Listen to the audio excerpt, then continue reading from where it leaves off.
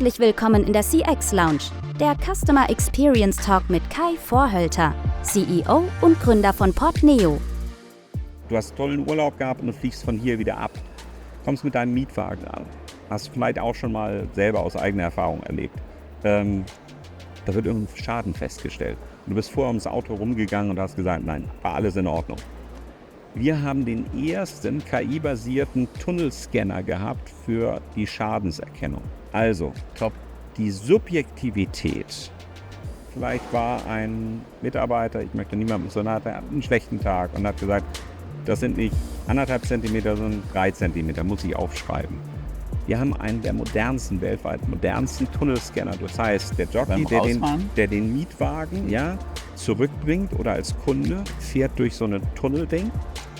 Ich weiß gar nicht, wie viele Bilder wir in einer Millisekunde machen. Wird alles erfasst, Bilderkennung, KI-basiert, objektiviert. Stark. Wir haben nicht einen Kunden gehabt, der sich darüber beschwert, sondern im Gegenteil. Prozessverbesserung, denn durch diese schnelle Bilderkennen kannst du viel schneller den Schadensbericht, viel schneller, aha, alles in Ordnung.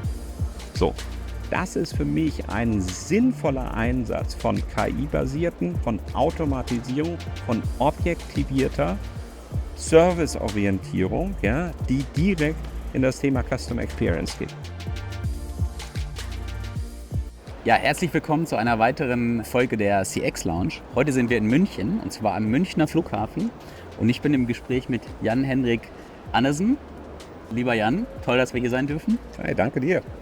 Und ich habe es dir im Vorfeld schon gesagt, wir haben uns ja über LinkedIn haben wir den Kontakt so aufgebaut, und als du schon so ein bisschen die Idee mal positioniert hattest, war ich total Feuer und Flamme und begeistert gleich, weil das Anliegen unserer CX Lounge ist, dass wir wollen ja Customer Experience branchenübergreifend halt Know-how-Transfer schaffen. Ja. Und das Besondere ja wirklich hier am Flughafen, da werden wir ja ganz viel gleich drüber sprechen, ist, dass ihr ganz viele Branchen in einem Verein, ganz viele Geschäftsmodelle und natürlich damit auch eine ganz tolle Möglichkeit habt im Rahmen dieses Ökosystems, was ja auch durch die Daten immer mehr entsteht, auch durchgängige Journeys zu schaffen. Also da werden wir sicherlich ganz viel drüber reden. Aber erstmal ganz toll, dass wir hier sein dürfen. Ja, herzlichen Dank. Am schönsten Flughafen Deutschlands. Nicht nur dem schönsten, sondern auch dem, einzigen 5-Sterne-Flughafen Europas. Seit Jahren. Seit Jahren gerade wieder neu ausgezeichnet, auch mit dem besten Staff. Ja, also darauf sind wir ganz besonders stolz, dass unsere über 8000 Mitarbeiter wirklich zu den Besten auf der Welt gehören. Und das hast du hoffentlich hier schon bei der Anreise und hier in der Umgebung gemerkt. Wir lieben das Thema Customer Experience. Toll, super. Bevor wir dann richtig eintauchen zum Flughafen, vielleicht magst du selber kurz mal ein paar Stichworten so skizzieren, wo du so herkommst und was du so machst. Gut, was mache ich? Erstmal, ich werde dieses Jahr 55, bin verheiratet. Wir haben einen schönen Sohn, den Jasper, der wird 13 dieses Jahr. Leben seit 2,5 Jahren im tollen München, genießen Bayern. Das Angebot, Top-Lebensqualität, Work-Life-Balance stimmt hier. Man sieht es ja auch an dem, du hast dich kleidungsmäßig auch schon... Genau, als Preuße hört man sprachlich vielleicht, aber zumindest vom Kleidungsstil passe ich mich hier an. Ich arbeite seit 28 Jahren eigentlich immer irgendwie am Kunden, am Markt. Ein bisschen Logistik, ein bisschen IT als Enabler dabei. Aber das, was mich fasziniert, ist das Kundenfeedback. Und das hat mich über verschiedene Situationen. Ich bin ausgebildeter Wirtschaftsingenieur, habe dann genauso wie du noch so ein bisschen nach dem Studium mich weitergebildet, damit das Hirn fit bleibt, nicht nur die Muskeln. Und durfte in verschiedenen Industrien arbeiten. Also ich habe angefangen bei Gartner Group, großes IT-Unternehmen. Du hast von Ökosystem, von Daten gesprochen. Also so ein bisschen Grundrauschen habe ich da mitbekommen. Habe ich dann in der New Economy, das war so um die Jahrtausendwende, kurz versucht. Kann vielleicht nachher erzählen, was der Fehler war. Wir haben geglaubt, dass Registrierte auch Kunden sind und wurden dann bitter enttäuscht. Ja, bei Ricardo.de, platzende Hunde, also auch aggressives Marketing damals im Internet. Jede Woche ein neues Stadion gefüllt. Bin dann zu einem Unternehmen gegangen, was wirklich Kunden und Loyalty lebt. Bertelsmann, großer Operator. Dann zur Post, DHL, habe die Transformation vom klassischen Brief ins Expressgeschäft mit begleiten dürfen. 12 Jahre Metro folgten mit sehr internationaler Erfahrung, Asien, Osteuropa. dann durfte ich schon mal am Flughafen arbeiten, bei einem der großen Operator, SSP, absoluter Spezialist im Travel Hospitality. Deutschland, Österreich, Schweiz Geschäftsführer. Dann wieder über einen großen Teich, Sprung zurück nach Chicago, Harvey, einer der beiden großen Operator, sowohl Einkauf als Distribution für McDonald's. Also Standardisierung, Differenzierung, auch immer so ein Evergreen, kann ich gerne nachher auch noch weiter ausführen. Ja, und seit November 2021, mitten in Corona, wo mich schon ein paar Leute gefragt haben, willst du wirklich an den Flughafen gehen? Seit 3. Tag hier, 6 Flüge. Du hast unten jetzt die Anzeigentafel gesehen, die ist voll. Ich glaube, 6 normalerweise Flüge sind es irgendwie 1200, 1300 oder sowas am Tag. Da war Totentanz hier, da war gar nichts. Okay. Ja, aber schlimmer hätte es nicht kommen können. Und da habe ich gesagt, das hat Upside, das hat Potenzial und ich genieße jede Sekunde hier. Ja, ich glaube, das spürt man. Und ich sag mal, als Vorstand, Chief Commercial Officer und Security Officer ist, glaube ich, dein Titel. Ja. Wenn du so beschreibst, deinen Werdegang, bringst du natürlich tatsächlich, und was ich auch sagte eingangs, dass so viele Geschäftsmodelle hier quasi zusammenkommen, bringst du ja sehr viele ideale Voraussetzungen mit. Ne? Also das hat der Headhunter auch gedacht. Ich hoffe, dass das nach 2,5 Jahren auch noch alle so sehen und auch noch in meiner weiteren Amtszeit. Nein, Spaß beiseite. Also anfangs dachte ich, ich darf mich um das kümmern, was niemand anderes haben wollte. So Themen wie Sicherheit ist natürlich, kannst du eigentlich nur verlieren. Ja. IT, das gleiche Thema. Ja, genau. Wenn es läuft, okay, aber wenn es nicht läuft, ja. Und wir haben gerade, also physische Sicherheit ist ein Thema, über das wir gerne kurz reden sollten. Wir haben Klimakleber jüngst gehabt, wir hatten Terminalräumung. Also das sind immer so die schlimmsten Szenarien, die du dir als dann verantwortlicher Geschäftsführer vorstellen kannst. Ja. Wir haben DDoS, also diese Angriffe, wo parallele Zugriffe ein System lahmlegen, haben wir täglich. Wow, wir haben über 1000 Angriffe auf unsere Firewalls, die wir Gott sei Dank, ich glaube auf Holz, abwehren können. Aber natürlich als Infrastrukturunternehmen sind wir ein gern gesehenes Ziel. Ja. Und da müssen wir uns vor schützen und da haben wir Millionen in die Hand genommen, haben tolle Systeme und vor allen Dingen tolle Experten selber im Haus, die das zu verhindern wissen. Und wenn man das tatsächlich auf das Thema, über das wir reden, Customer Experience, anwendet, ich bin echt stolz. Ich habe tolle Teams, die eigentlich ganz, ganz viele Punkte der Reisekette, ja, also überall, wo der Kunde mit dem Thema Flughafen zu tun hat, die habe ich im direkten Verantwortungsbereich oder darf sie mitbestimmen. Und das ist toll, wenn du was beeinflussen willst. Und vor allen Dingen verstehen willst, wie die zusammenspielen. Ja, ja. Du hast ja eingangs gesagt, wir sind hier am Campus. Wir haben 33.000 Leute, die hier arbeiten. Lufthansa, größter Arbeitgeber, wir mit knapp 9.000 Mitarbeitern. Und das passt nur, wenn wirklich alles ineinander verzahnt ist. Ja.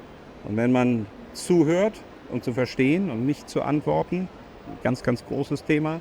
Und vor allen Dingen, wenn man sich darauf committet, eine gemeinsame Sprache und eine gemeinsame Datenbasis zu haben.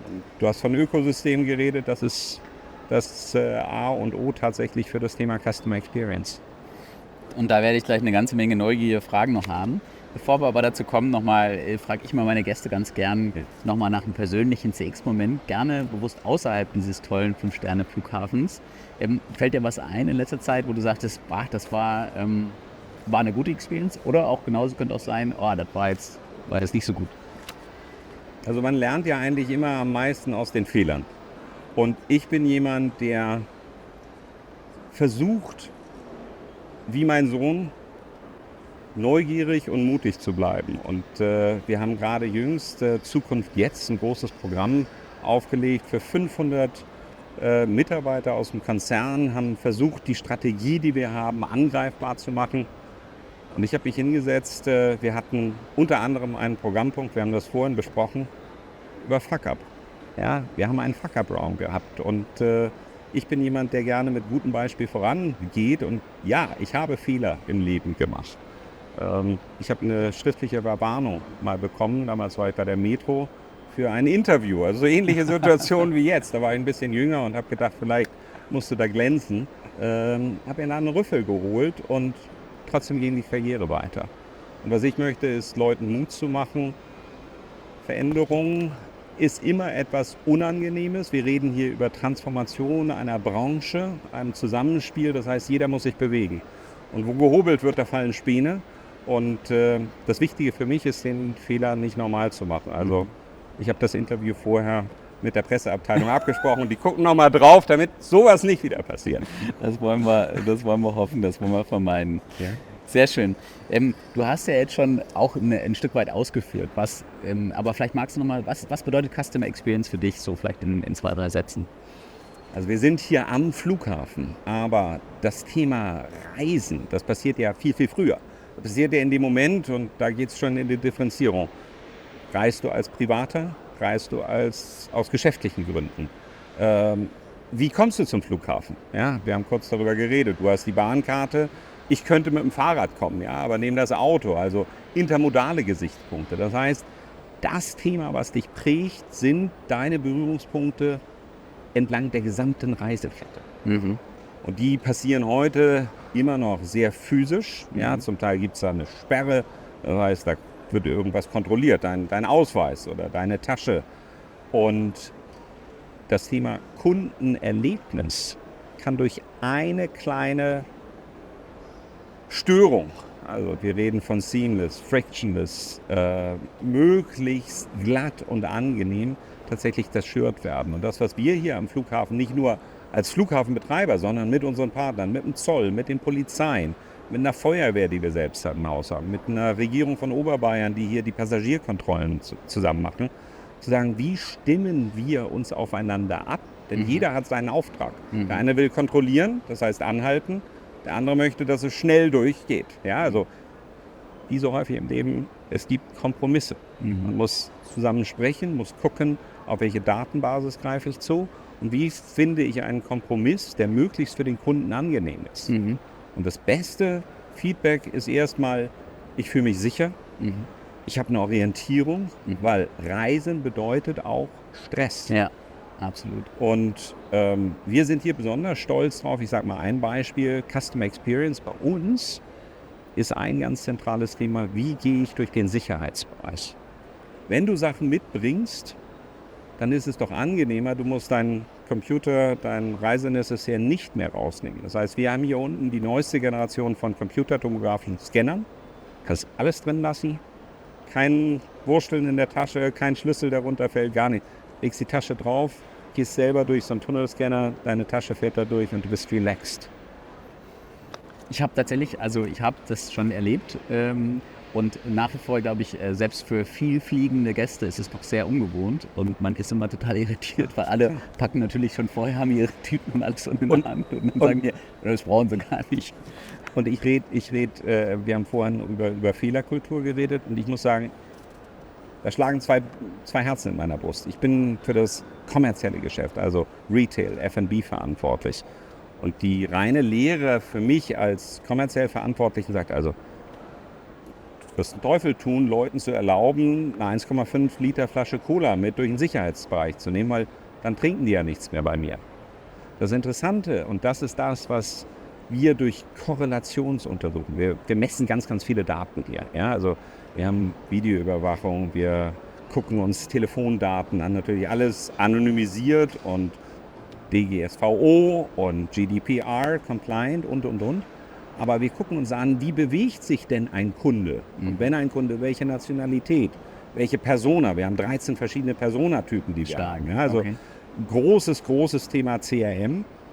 Was ich sagen wollte ist, ich war strikt dagegen, Getränke zu erlauben durch den Sicherheitsbereich.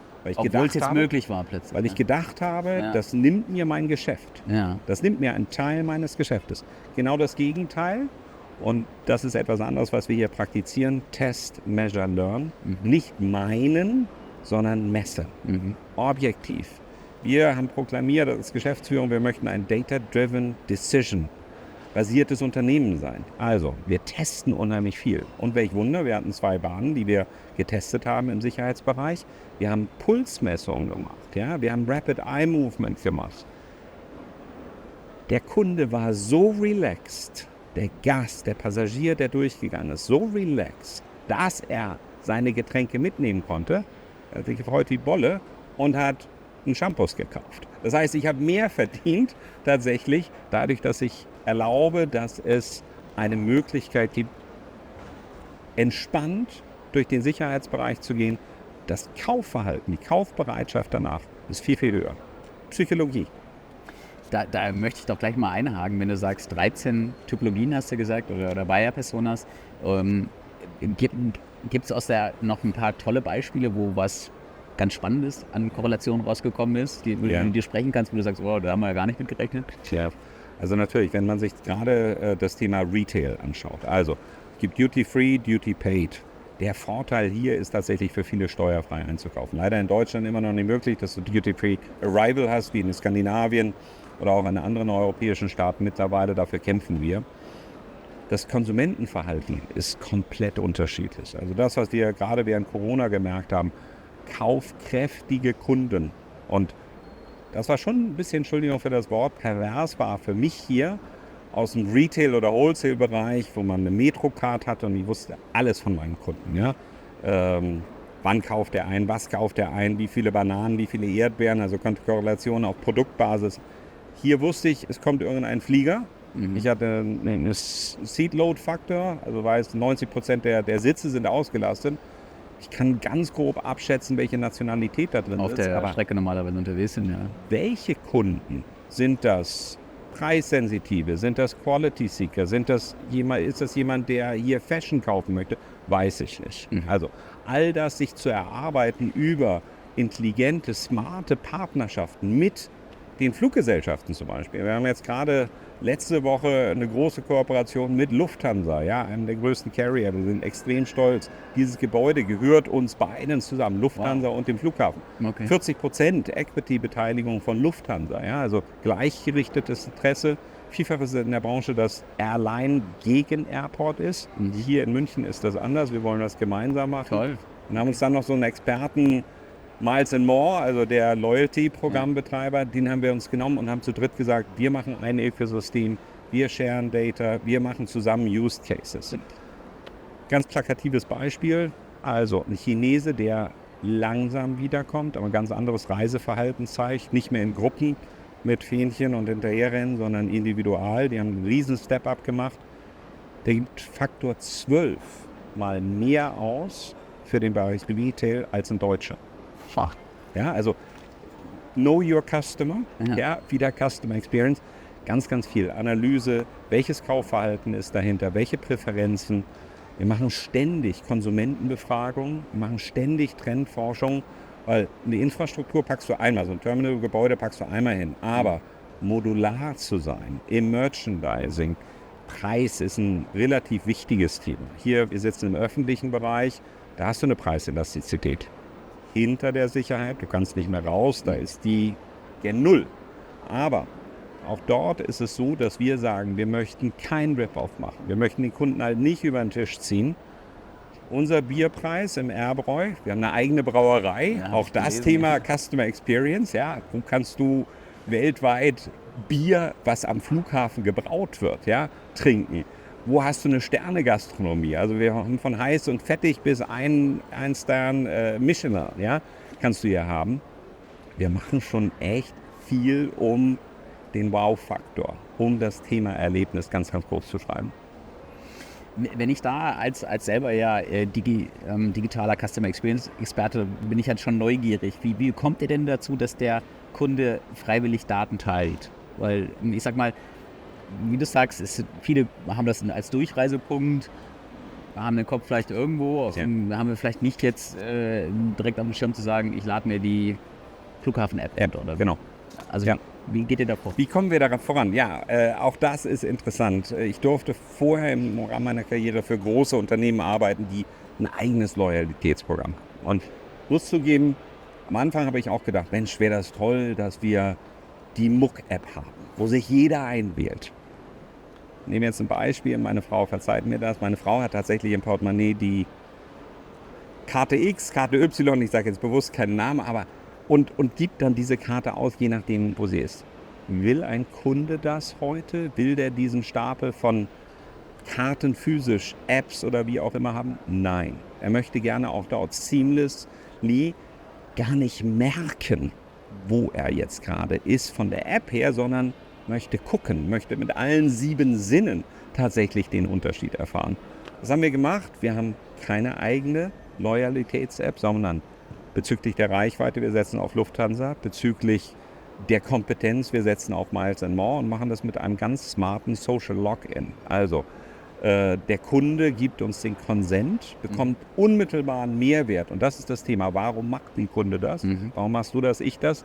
Nur wenn wir die Information, den Vorteil für relevant, Zeit, angemessen finden, dann sind wir bereit, uns zu bewegen. Und das gelingt uns immer wieder mit zum Beispiel Ausspielen von relevanten, personalisierten Informationen.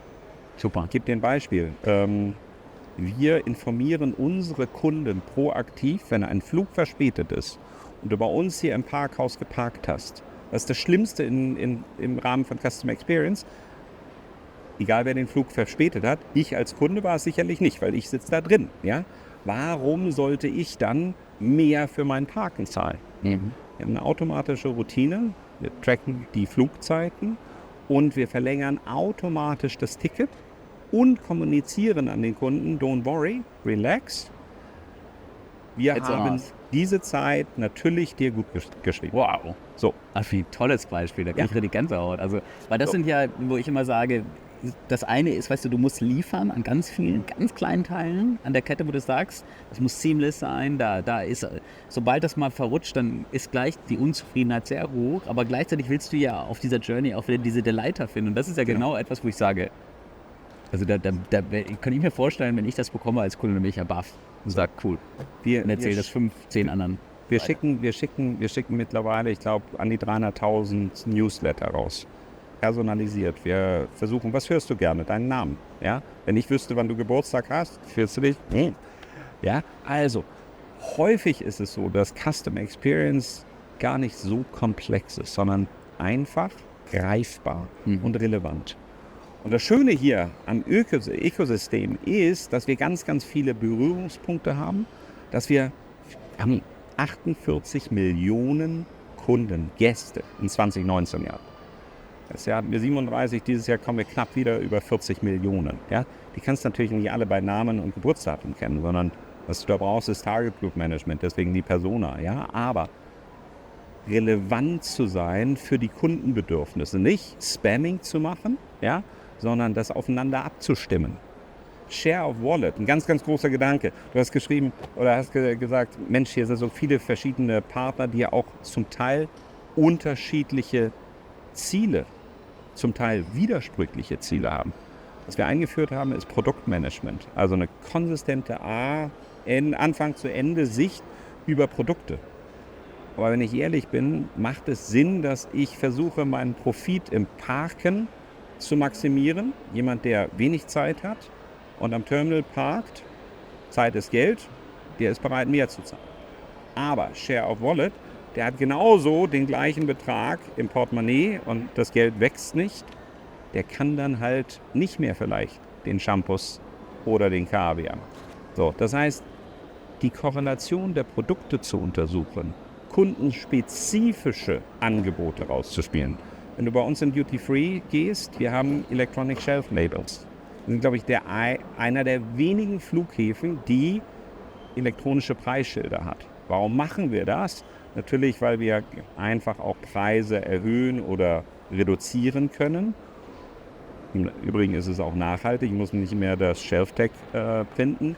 Aber die nächste Generation wird sein, dass wenn ich dort über Virtual Reality, Augmented Reality, vielleicht gehe ich mit meinem PDA daran und dann sehe ich nur noch meinen kundenspezifischen Preis. Neulich in den Staaten gewesen. Stark. Da ist auf der Anzeigentafel, wo du dann suchen musst als Kunde, wo ist denn mein Flug? Gibt Anzeigentafel, ist von einem Vietnamesen. Ich habe hier gesehen, auch dein Team ist sehr international. Wir haben hier 100 verschiedene Nationen am Start und lernen ständig dazu. Hat jemand programmiert, du siehst als Kunde nur alle 3, 4, 10 verschiedene Kunden gucken auf diese Tafel. Jeder sieht nur seinen Flug. Technisch heute möglich. Wow. Das ist Customer Experience. Ja? Also die Simplizität, das ist der Punkt, den ich machen wollte. Die Simplizität. Komplex kann jeder. Gerade wenn unheimlich viele verschiedene Parteien versuchen, sich selber zu optimieren. Die Simplizität ist das, was sicherlich auch die Zukunft des der Customer Experience hier am Flughafen oder entlang der Reisekette auszeichnen. Unglaublich. Da sind wir ja schon so wahnsinnig drin. Wenn du vielleicht nochmal etwas globaler, einfach Thema Herausforderungen, Flughafen, du hast ja schon einiges besprochen. Gibt es da noch was, ich meine, ihr seid ja in einem Umfeld, was durchaus auch teilweise kritisch betrachtet wird. Ne? Du hattest das auch eingangs ja gesagt. Flugscham Ja. ist ein Thema sicherlich. Also, wir haben viele Herausforderungen. Wir haben die Herausforderung, in der Industrie zu arbeiten, die sicherlich CO2 kritisch ist. Wir haben ein großes Ziel 2035 Net Zero, tatsächlich in allen Scope-Disziplinen führend zu sein. Wir haben das Ziel vorgezogen. Das ist ein Ziel, wonach wir als Geschäftsführung, aber auch Incentive unsere Führungskräfte ausrichten. Also nicht nur Profit, sondern auch Purpose.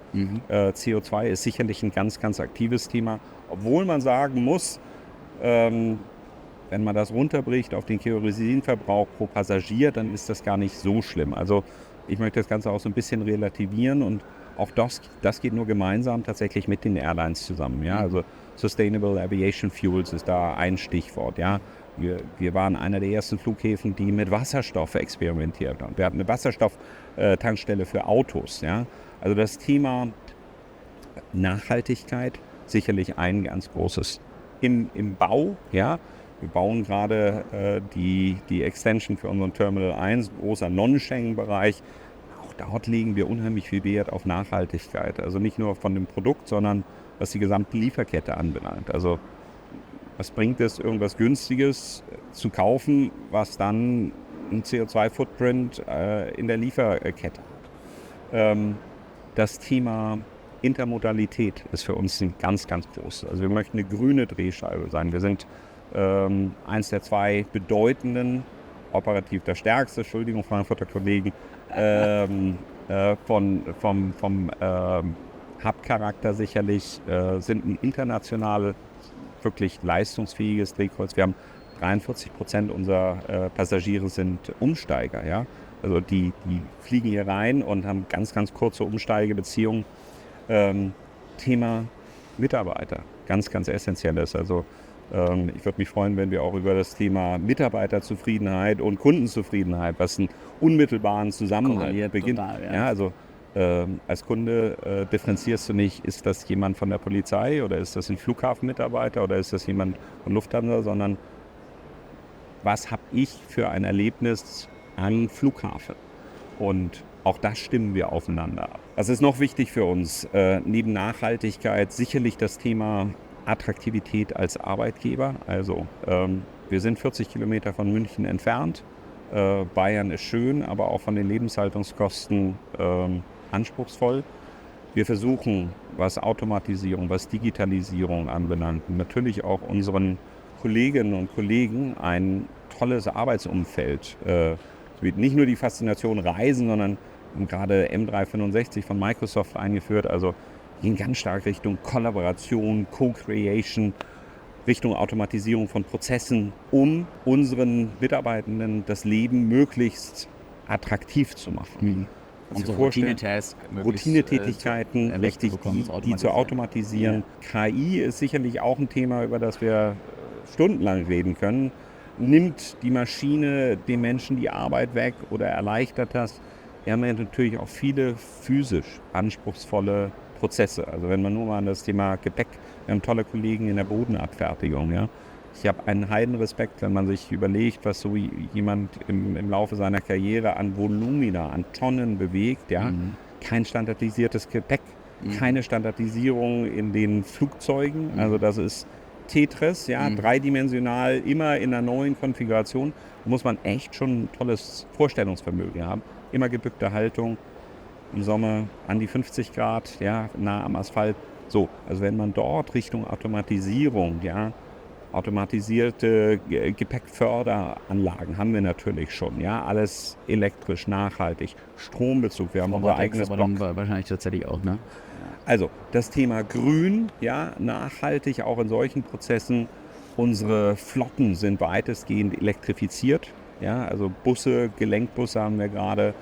Natürlich machen wir das auch über Fördergelder, aber Da haben wir tolle Experten, die immer suchen, wie können wir noch effizienter und vor allen Dingen besser und nachhaltiger für unsere Zukunft werden. Cool. Jetzt, du warst ja eben schon total drin und da muss ich jetzt noch mal rein, weil wenn wir über Customer Experience sprechen, dann ist ja die Customer Journey wirklich ein Kernelement. Und das ist ja jetzt schon gesagt, idealerweise, also ein möglicher Einstieg des Kunden in dieses digitale Ökosystem ist, er scannt diesen Social, wahrscheinlich Barcode oder irgend sowas, ne? Yeah. Und gibt darüber seinen Consent, also indem er irgendwie sagt, mach bei dem Deal mit oder irgendwas, muss ihm natürlich irgendeinen Anreiz geben und ab dann kenne ich ihn. Ja. Magst du es mal ein bisschen weiter beschreiben? Gerne. Ich glaube, ein anderer könnte sein, weiß ich nicht, er bucht sein Parkticket oder was digital schon online, aber dass du mal so, was sind die Einstiegspunkte und wie verfolgt ihr den im positiven Sinne? Also wie begleitet ihr ihn, ist vielleicht eher das richtige Wort, bis dann, dass er dann in den Flieger steigt und weiterfliegt. Da sind wir wieder bei dem Ecosystem oder bei verschiedenen Data Buckets. Also, um das Beispiel aufzugreifen, natürlich kannst du bei uns einen Parkplatz online buchen. Für uns hat es den Vorteil, wir können planen, ja, wir können über ein Yield Management unsere Auslastung besser steuern, natürlich auch unsere Preise, aber haben vom Belegungsplan einen Vorteil. Das ist eine Möglichkeit, da fließen Daten ein. Wenn sich jemand registriert hier im Wi-Fi, ist das eine andere Möglichkeit. Ja? Wir machen Newsletter oder Gewinnspiele, wir machen Kooperationen mit Airline-Partnern, also ganz, ganz viele verschiedene Datenpunkte und die Intelligenz besteht eigentlich darin, diese Daten zwar nicht personifiziert, aber mit den relevanten Informationen eines Kundenprofils. Stichwort ist so ein bisschen auch Digital Twin. Ja? Also ich kann mir natürlich auch meine Profile oder meine Target Groups, meine Persona über eine Predictive Analytics generieren. Und das ist etwas, woran wir arbeiten mit den Daten, die uns zur Verfügung stellen. Der nächste Schritt, den wir gerne machen wollen würden, ist dein professionelles Verhalten, was du hier am Flughafen über die Partner und uns mit dem Sozialprofil zum Beispiel von Facebook oder Insta oder X oder wie auch immer, ja, zu verheiraten und zu sagen, wie setze ich denn dann einen virtuellen Charakter, ein Abbild, ein Ebenbild von dir zusammen. Ja, da arbeiten wir mit hochtechnologisierten Unternehmen zusammen, um genau das zu machen. Das ist sicherlich die Zukunftsmusik. Bitte keine Angst haben, immer datenkonform. Und diese Consent-Vereinbarung kann natürlich auch jederzeit widerrufen werden. Ja. Der Vorteil daran, um bei dem Beispiel Parken oder ich habe mich registriert bei einem Gewinnspiel, unserer Retail-Tochter von der Eurotrade.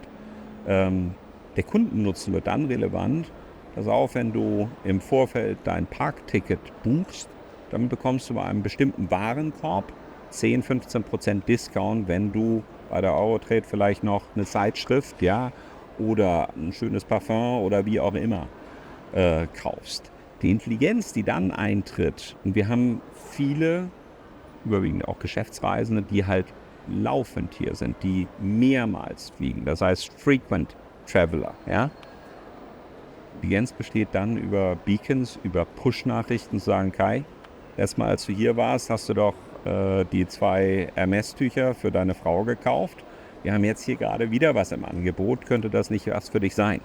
Und zwar nicht nur in dem Moment, wo du hier bist, sondern das Thema, was wir angehen, ist Plan Purchase. Bis jetzt ist es überwiegend ein Impuls, den wir aufgreifen. Das heißt, opportunistisches Verhalten. Gerade wenn du durstig bist, wenn du isst, dann musst du.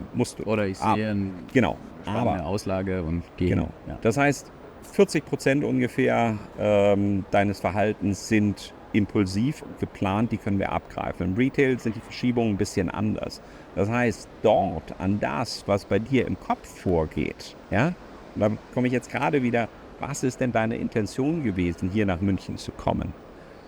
Ist das dein finales Ziel? Ist das dein Zwischenziel? Hast du Zeit? Ja? Reist du alleine?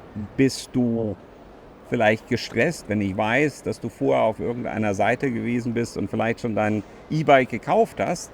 Dann spreche ich dich sicherlich nicht an, wenn ich eine tolle Promotion oder eine Pop-up-Fläche habe und Richtung Investmentgüter gehe, ja, weil ich weiß, du hast schon eins. Wenn ich weiß, du hast dich dafür interessiert, dann Spannend. spreche ich dich bewusst an. Also dass es auch so das 8.000 € Mountainbike sein kann. Genau, Ja. was du sicherlich nicht unter den Arm nimmst, ja, und hier rausträgst, aber, und das ist, glaube ich, etwas, was wir vermehrt machen müssen, ist flexibler zu werden von unserem Businessmodell. Also von einem transaktionalen Verhalten, du das da, lass dein Geld hier, in Richtung Lead Generation denken und sagen, um bei dem Ich Beispiel würde dir E-Bike bewusst- zu geben, ja. wenn du den QR-Code kennst, wenn du dir eine Produktpräsentation, und das ist ein tolles Thema auch für das Thema Werbung, also wer tritt hier denn als Werbender am Flughafen auf? Also dass gar nicht immer darum geht zu verkaufen, sondern wenn ich zum Beispiel einfach mich als Marke neu platzieren Korrekt. will oder Korrekt. Sichtbarkeit. Und wenn du dann kaufst, ja, irgendwo später, in Köln oder in Berlin, wo du heute Nachmittag hinfliegst, ja, dann mit dem Verkäufer ein Geschäftsmodell entwickelt zu haben, pass auf, du wirst incentiviert über den Lead, den du mir gebracht hast, den qualifizierten Lead, das heißt auch eine Weitergabe von Daten, ja, dann ermöglichen sich ganz andere Geschäftsmodelle. So. Und dazu brauchst du Daten.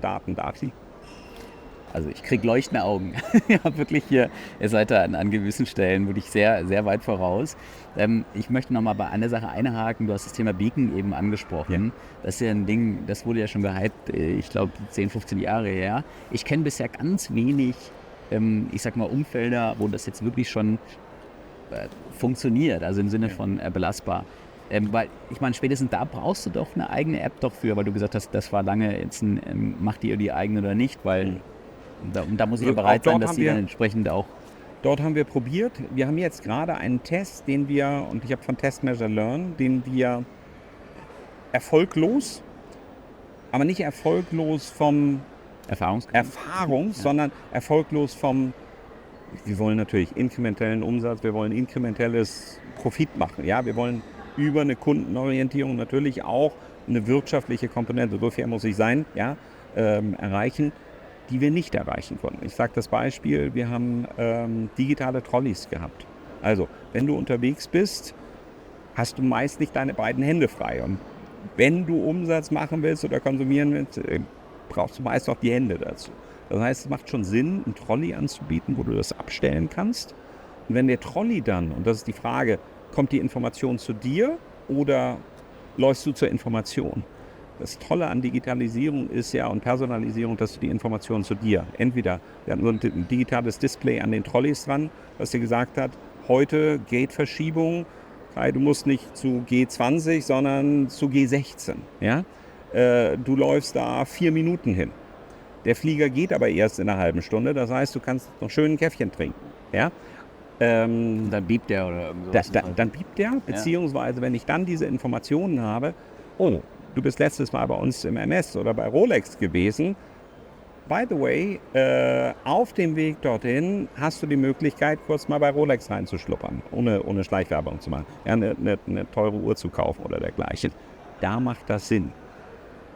Wir haben uns viel von diesem Feldversuch versprochen. Wir haben diesen inkrementellen Uplift nicht gesehen. Konsequenterweise haben wir dieses Thema dann jetzt erstmal auch wieder pausiert, lernen aber dazu. Also wir haben ganz viel tatsächlich, was du sagst, Erfahrungen gewonnen. Erfahrungen machen reich. In dem Umfeld jetzt nicht im ökonomischen Sinn. Jan, mich würde nur mal interessieren, du hast eben gesagt, naja, es geht hier vor allen Dingen darum, sehr stark dieses Predictive Analytics auf Basis von anonymisierten Daten zu machen. Und klar, da habe ich viel mehr von. Jetzt frage ich mich aber trotzdem, eigentlich schreit das Umfeld doch danach, also warum sollte ich nicht mich personifiziert an Content geben und dann vielleicht sogar auch mit euch, dass ich über meine Wünsche aktiv spreche. Ja. Weil das eine ist, dass ich das feststelle, ja, durch meine Bewegungen oder sonst was oder eine Historie. Ja. Aber das andere, ich könnte ja, ich sag mal jetzt mal ich spinne jetzt mal ein bisschen, aber vielleicht seid ihr da längst schon. Ich könnte ja hergehen und sagen, ich gebe ein und sage, naja, ich will dann und dann will ich weiterfliegen. Ich interessiere mich besonders für Luxusprodukte. Und dann könnte mir ja KI-gestützt, jemand könnte mir jetzt so quasi ein Walkthrough berechnen und sagen, ah ja, du hast jetzt 1,5 Stunden Zeit, dann haben wir hier 3 Store-Empfehlungen für dich. und das passt gut von dem Rundweg und dann habe ich eine Indoor-Navigation, die mich dann durchführt und dann kriege ich noch auf dem Weg 1, 2, wie du sagst, Leads oder also Special-Angebote reingeführt. Wir bieten beides an. Der Kunde sollte immer die Wahl haben, der Gast sollte die Wahl haben, möchte ich gerne in eine intensivere Geschäftsbeziehung mit dir eintreten, ob temporär oder dauerhaft, das wird sich zeigen. Die Erfolgsaussicht, dass ein Kunde, dass du das machst, ist immer, wenn viel Vertrauen da ist, wenn viel Relevanz da ist, wenn viel Persönlichkeit da ist. So wie dein Beispiel, was ich immer noch total toll fand, dass, hey, dein Flug ist verspätet und wir schreiben dir die Zeit gut. Also ich meine, das ist damit, das ist richtig relevant. Damit baust du Relevanz und Trust. damit baust du Vertrauen. Ja. Und damit machst du im Grunde genommen aus der Herausforderung, drehst du um eine Opportunity. Ja? Ich sage dir ein anderes Beispiel. Wir arbeiten jetzt mit Lufthansa und Miles & More zusammen. Ja, wir haben zum Teil Schwierigkeiten oder Herausforderungen, gerade wenn wir 1000, 1200 Flüge haben, dann ist es so, dass man manchmal aufs Gepäck warten muss. Ja? Hängt davon ab, wo die Maschine steht. Hängt davon ab, wie schnell die Klappe aufgeht, wie toll unsere Kollegen dieses Gepäck da rausbekommen. So, wie geil wäre es, wenn wir diesen Prozess verheiraten würden? Du läufst als Kunde quasi aus dem Flieger zurück, läufst in die Gepäckempfangshalle und weißt dann, aus welchen Gründen auch immer, du musst eine halbe Stunde warten. Diese halbe Stunde kannst du nutzen, ja, also wieder aus Däumchen drehen und ein Problem zu sagen, wir bieten dir an, wissend, weil wir diese Prozesse analysiert haben, weil wir diese Datenpunkte verknüpft haben, Kai, jetzt in der nächsten halben Stunde für dich Kaffee zum halben Preis oder ein tolles Angebot, wo wir untersucht haben, welche Korrelation deines letzten Verkaufes vielleicht zu einem Top-Angebot jetzt bei uns passt. Schau vorbei, guck dir das an. Was wir noch machen. Da kannst du ja auch wieder so einen Leiter einbauen, sorry, wenn ich jetzt so, Ja. aber da kannst du dich dann sagen, bei so vielen Minuten Verspätung, wenn es doch mal passiert mit dem Ja. Gepäck, dann kriegst du den Kaffee ganz umsonst. Und Genau. dann sagt der Kunde wieder, wird aus dem Frust ein geil. Also Genau, und ich glaube, es fängt damit an, dass du Transparenz für den Kunden erzeugst. Also ich kenne häufig Momente, nicht nur hier am Flughafen, sondern generell, wo ich einfach verärgert bin, weil nicht sauber kommuniziert wird. Warum muss ich jetzt warten? Warum geht es nicht weiter? Und die erste Information, wirklich so viel Vertrauen zu haben, dass man sagt, Mensch, da gibt es eine Herausforderung. Ja? Also Transparenz, Kommunikation und dann wieder Relevanz, ein Angebot, was passt. Nicht irgendwie Nonsens, deswegen nicht Spamming, nicht an alle, sondern die es wollen, ja, und die vorher gesagt haben, wenn so ein Moment passiert, dann bitte informier mich. ja, und ich glaube, dass auch die Interaktion sehr wichtig ist, dass der Kunde selber den Prozess mitgestalten kann. Ne? Also du hast ja selber einiges an Executive Education, hast du ja eben erzählt und ich erinnere mich noch so aus meinen MBA-Vorlesungen an der INSEAD zum Thema Service Management, ne, wie wichtig es ist, was du sagst, dieses Thema Kommunikation, also dass die absolute Wartezeit oft gar nicht das Entscheidende ist, wenn ich entweder demjenigen ein Projekt gebe, das kann mal doof gesagt sein, ich schicke ihn noch einmal um die Runde, dass er einen längeren Weg hat, waren in den Studien, die damals da waren, die Kunden, die dann länger gelaufen sind, aber viel zufriedener, weil sie sich das quasi miterarbeitet haben, anstatt vor dem Band zu stehen. Ja, oder genauso, wenn du sagst, wenn ich diese Information schon habe, ich meine, so banal das ist, aber wenn ich in so einem Freizeitpark da anstehe für so ein Ding und das sagt mir, wie lang es noch ist, dann bin ich ja schon mal ganz anders bereit, das mitzumachen, weil dann weiß ich, was auf mich zukommt. Und nicht dieses, ich gucke die ganze Zeit immer, jetzt müsste der Koffer doch endlich mal raus. Orientierung, ja, und einfach Ehrlichkeit. Ja. Ehrlichkeit, ja, so, und das sind so eigentlich ist es trivial über das, was wir reden, aber trotz Technologisierung, trotz Digitalisierung, es fällt immer wieder auf ein Wertesystem, ja. Und wir haben einen schönen Markenkern hier.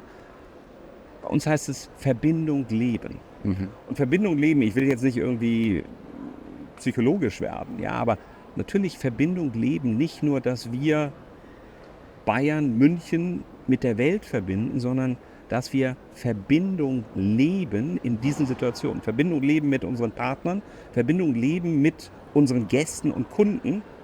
Idealerweise, 48 Millionen schwierig, aber idealerweise genau in solchen Momenten auf eine 1:1-Beziehung. Ja. Ich gebe dir ein anderes Beispiel, wo ich gesagt habe, wow, als Kunde bekommst du das gar nicht mit. Mietwagen. Du kommst hier an oder du hast tollen Urlaub gehabt und du fliegst von hier wieder ab. Kommst mit deinem Mietwagen an. Hast du vielleicht auch schon mal selber aus eigener Erfahrung erlebt. Da wird irgendein Schaden festgestellt. Und du bist vorher ums Auto rumgegangen und hast gesagt, nein, war alles in Ordnung. Wir haben den ersten KI-basierten Tunnelscanner gehabt für die Schadenserkennung. Also, Top. die Subjektivität. Vielleicht war ein Mitarbeiter, ich möchte niemandem so nahe, der hat einen schlechten Tag und hat gesagt, das sind nicht 1,5 Zentimeter, sondern 3 Zentimeter, muss ich aufschreiben. Wir haben einen der modernsten, weltweit modernsten Tunnelscanner. Das heißt, der Jockey, der den Mietwagen zurückbringt oder als Kunde, fährt durch so ein Tunnelding. Ich weiß gar nicht, wie viele Bilder wir in einer Millisekunde machen. Wird alles erfasst, Bilderkennung, KI-basiert, objektiviert. Stark. Wir haben nicht einen Kunden gehabt, der sich darüber beschwert, sondern im Gegenteil. Prozessverbesserung, denn durch diese schnelle Bilderkennen kannst du viel schneller den Schadensbericht, viel schneller, aha, alles in Ordnung.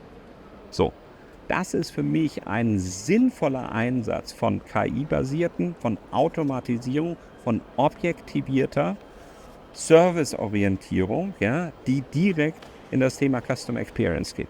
Es gibt keinen Flughafen, der so viel Mietwagengeschäft wie wir hier machen, mit tollen Partnern, ich will jetzt keine Namen nennen, ja, eine ganz, ganz große Komponente für uns. Jan, magst du vielleicht noch mal kurz sagen, wie nehmt ihr generell Feedback auf? Da gibt es ja sehr verschiedene Möglichkeiten. Wie macht ihr das, um festzustellen, wo, an welchen Stellen gerade, weil ihr ja so viele Servicepunkte habt? Genau, also natürlich Omnichannel, das Wort muss fallen, ja. Wie heißt es so schön? Feedback is breakfast for winners. Also, wir haben ein extrem ausgeklügeltes Beschwerdemanagement. Wenn ich ganz ehrlich bin, die besten Anregungen kriegen wir über Beschwerden. Ja? Auch dort ist es wieder so, wenn man herausfindet, was ist denn der Hiccup, was stört nicht nur einen, da braucht man eine gewisse Relevanz, ja? Aber aus einer Beschwerde, aus einem Problem, aus einer Herausforderung, einen Service oder ein Produkt zu machen, cool. Ja? Also wir haben super Agents im Parkbereich. Wir haben eine Parkleitzentrale, wo Beschwerden auftreten. Zum Teil skurrile Dinge, zum Teil aber wirklich tragische Dinge. Die nehmen wir extrem ernst. Wir haben ein tolles Team im Social-Media-Bereich, die das Feedback aufnehmen von Kunden, von Websites. Wir haben intelligente Algorithmen dahinter. Wir haben hier, und das ist eigentlich das größte Asset, was wir haben, ich kann das nicht genug und häufig sagen, wir haben 8.700 irgendwas Mitarbeitende. Das sind unsere Agents. Das sind diejenigen, die diesen Flughafen mit dem Customer Experience, mit der Customer Experience ausstatten, die unsere Gäste wertschätzen. Ja, also wir haben ganz viele Feedback-Runden. Wir haben eine Fehlerkultur, die wir immer weiter ausbauen wollen. Das heißt, wir sind als Management, als Führungskräfte extrem hungrig und wirklich auch wissbegierig darauf, was habt ihr denn für Erfahrungen direkt an der Front? Und das ist etwas, wodurch wir Long Life Learning, wir haben über Further Education gesprochen, wo wir als Unternehmen extrem stolz sind, dass wir diese Kultur haben. Wenn irgendwas nicht klappt, bitte lass uns drüber sprechen und lass uns gemeinsam entwickeln, wie es besser wird. Betriebliches Vorschlagswesen, das ist ein ganz, ganz tolles Ding. Nicht schön. Stark. Eigentlich, also du hast wunderbar schon alles gestreift, was ich auf meinen Karten hier noch stehen habe. Ich würde, auch wenn wir schon, ich glaube, einiges an Zukunftsmusik gestreift haben, ja, hast du ja schon einige tolle Innovationen anklingen lassen, die ich teilweise so noch gar nicht gehört habe und es bestimmt auch für unsere Zuhörer sehr spannend sein wird. Aber vielleicht magst du doch nochmal mit mir gemeinsam nochmal den Schritt so nach vorne gehen. Wie wird sich denn der Flughafen von morgen noch verändern, weiterentwickeln? Wir haben über verschiedene Punkte gesprochen. Wir haben über das Zusammenspiel, was nötig ist in diesem Ökosystem gesprochen. Also, wie ich mir die Zukunft hier am Flughafen vorstelle, ist noch simpler für den Gast. Ich gebe dir ein Beispiel. Ich glaube, dass viele Prozesse, die heute manuell ablaufen, die eher als Last empfunden werden, tatsächlich über Artificial Intelligence, künstliche Machine Learning, Predictive Analytics antizipiert werden können. Also ein Automatismus, wenn du reist, zu prüfen, hast du einen gültigen Reisepass. Wenn du weißt, von wo nach wo du fliegst, automatisch deine Anreise zu organisieren. Also dieses lästige Buchen von einem Parkplatz oder möchte ich einen Loungezugang haben, möchte ich einen Fast-Track haben und. Also ich glaube, dass das einfach Dinge sind, die in Zukunft automatisiert ablaufen werden. In dem Moment, wo du sagst, ich möchte das, wird es intelligente Helfer geben, die wir als Menschen dann nutzen können. Das wird alles über unseren PDA, nicht mehr über eine App. Ich glaube, das ist dann App-los und geht Richtung Gedanken- oder Wunschsteuerung. Thema Gepäck. Ja? Heute ist es so, und ein Flughafen hat nur begrenzt Platz. Das Thema Check-in, Gepäckhandling, Sicherheitskontrolle. Wenn du da den Prozess, und es gibt gute Ansätze, das schon zu entzerren, was spricht dagegen, dass du dein Gepäck, wenn du irgendwie vom Hotel kommst, schon dort aufgibst und das Thema Gast und Gepäck irgendwie noch intelligenter gesteuert wird. Du musst es nicht selber tragen, du musst nicht selber einchecken. Ja? Gerade für ältere Menschen ja auch. Für ältere Menschen, ja. Also wir haben die Silver Ager, zu denen ich mich bald zählen kann. Du hast noch ein bisschen Zeit, ja.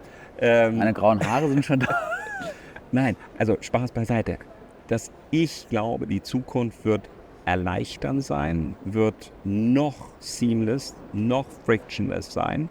Und das Thema physische Barrieren, ob das ein Koffer ist, ob das eine Passkontrolle ist. Also, was geht über Biometrie heute? Du kannst hier, wenn du dich vorher registrierst, ohne deinen Perso, ohne dein Passwort zu zeigen, du kannst das im Gate machen, du kannst das in der Lounge machen, du kannst über Fingerprint im Hotel einchecken und. Ich bin jetzt gerade 2 Wochen in China gewesen, die sind noch weiter, aber wir haben über das Thema Persönlichkeitsrechte gesprochen, das ist ein anderes Thema. Ja, also ich glaube, technologisch brauchen wir uns da gar keine Sorgen zu machen. Technologisch wird es möglich sein. Die Frage für mich ist eher, was ist menschlich verträglich? Wir haben über Vertrauen gesprochen, wozu sind wir bereit, Kompromisse zu machen der Automatisierung, der Digitalisierung? Was ich glaube immer die Differenzierung ausmachen wird, ist genau das, was zwischen uns passiert, jetzt Gestik, Mimik, das Empfinden.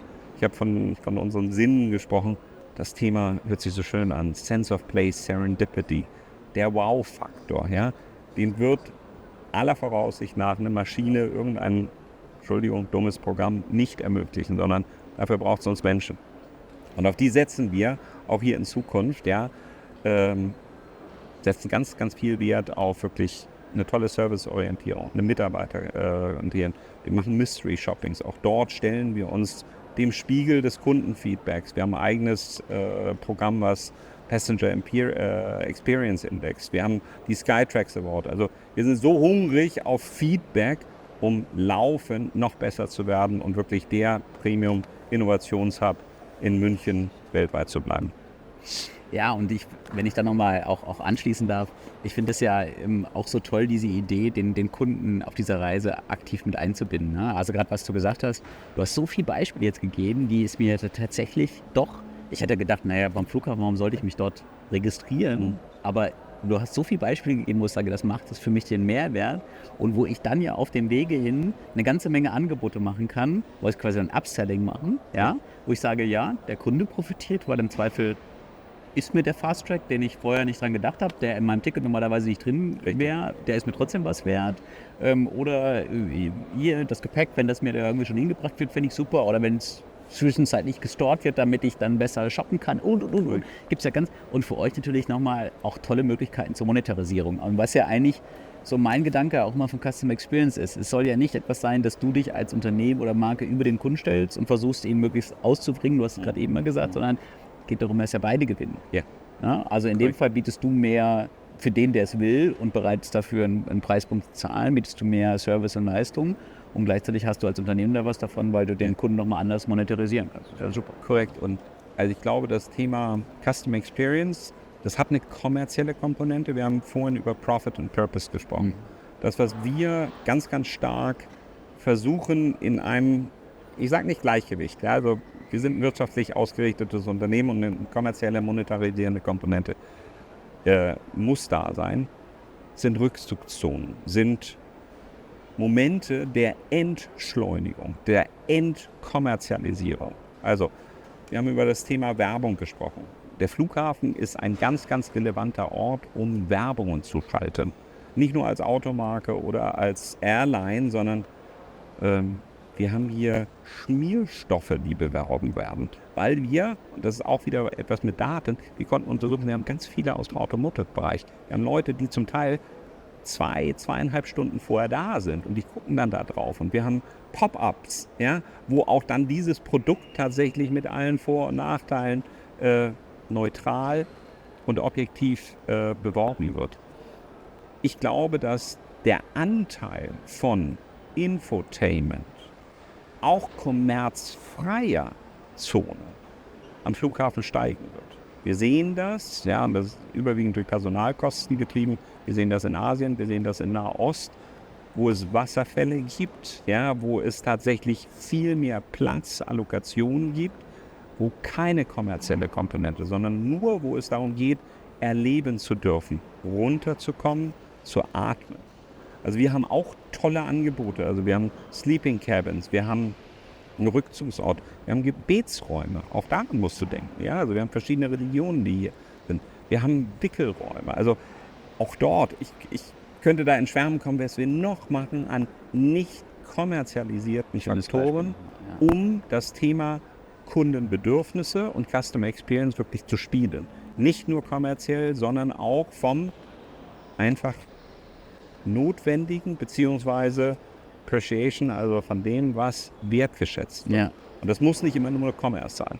Ja. Und ich glaube, das Thema, was ich vorhin ansprechen wollte, es ist eine gute Entscheidung, kommerziell auch die richtige, weil über die Menge haben wir dann unterm Schnitt mehr, die Preise nicht ins Unermessliche zu ziehen. Hier ist das Bier billiger als in der Innenstadtlage, billiger, ganz bewusst, ja.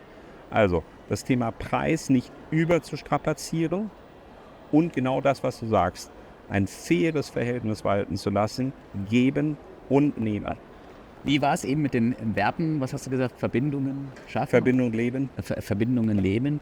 Übrigens, da möchte ich nochmal sagen, da haben wir eine ganz starke Parallele, weil unser Name Portneo ist tatsächlich der Gedanke, dass wir sagen, wir schaffen Verbindungen zum Neuen oder neue Verbindungen, weil Cool.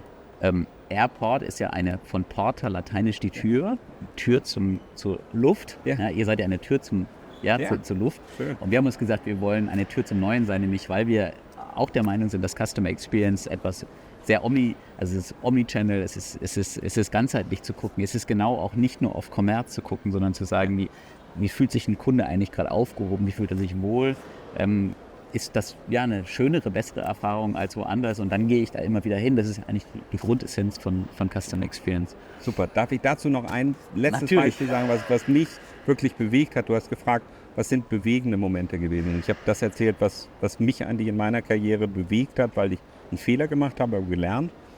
Ein ganz bewegendes Erlebnis, was ich hier am Flughafen hatte, gerade wo ich von Gebetsräumen, wir hatten 2 tolle Geistliche am Flughafen und haben jüngst das Beispiel gehabt, Verbindung leben heißt für uns auch nicht nur für den Reisenden, sondern Meeter, Greeter, Nachbarschaft. Wir sind ein Ort, der verbindet. Wir haben eine Kampagne gestartet, am Flughafen zu heiraten. Ja, tolle Kulisse. Wir sitzen leider nicht als auf der Besucherterrasse, ja, aber wie cool ist das, am Flughafen zu heiraten? Und haben bewusst Werbeflächen runtergenommen, damit diese beiden Religionsträger für dieses tolle Event, du kannst am Flughafen heiraten, Werbung machen konnten. Bewusst auf Kommerz verzichtet und das Thema Verbindung, das Verbinden, was hoffentlich ein Leben lang halten wird, ja, so zu spielen und eine tolle Resonanz bekommen. Stark.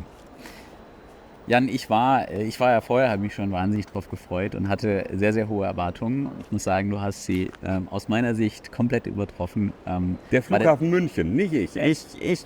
Ich durfte nur bei dir berichten, was wir hier Tolles alles machen. Und das ist ja nicht ich, sondern das sind wirklich die 8.700 Mitarbeitenden, die das hier vollbringen. Also ich bin nur der Wasserträger. Ich glaube aber einfach, dass da für wirklich ganz viele unserer Zuhörer ganz viel drin war, weil ihr natürlich eine einmalige Möglichkeit habt. Es ist ein riesen aber trotzdem eigenes Ökosystem, wo ich natürlich sehr genau entscheiden kann, auf welche technologische Basis mache ich das, mit welchen Partnern mache ich das.